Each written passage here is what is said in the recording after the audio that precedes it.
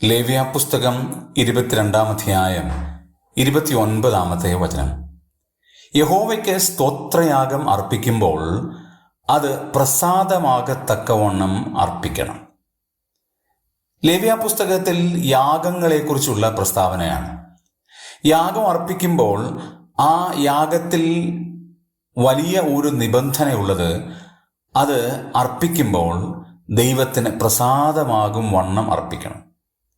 ഇവിടെ മൃഗത്തെ അർപ്പിക്കുന്ന കാര്യത്തെക്കുറിച്ചല്ല പങ്കുവെക്കുന്നത്. പ്രത്യുത യഹോവയ്ക്ക് സ്തോത്രയാഗം അർപ്പിക്കുമ്പോൾ, യഹോവയ്ക്ക് സ്തോത്രയാഗം നാം അർപ്പിക്കുന്നുണ്ടോ? അധരഫലമെന്ന സ്തോത്രയാഗം ഇടവിടാതെ അർപ്പിക്കുന്നുണ്ടോ? സ്തോത്രയാഗം ദൈവം നമ്മിൽ നിന്ന് പ്രതീക്ഷിക്കുന്ന ഏറ്റവും വലിയ യാഗമാണ്. ദൈവം നമുക്ക് ചെയ്ത നന്മകൾ ഓരോന്ന് ഓർക്കുമ്പോൾ ഹൃദയം നിറഞ്ഞ നന്ദി നമ്മുടെ അധരങ്ങളിലൂടെ ദൈവത്തിന് അർപ്പിക്കണം. മനുഷ്യർ നമ്മൾക്കൊരു ഉപകാരം ചെയ്താൽ താങ്ക് യു എന്ന് നാം പറയുവാൻ മടി കാണിക്കില്ല.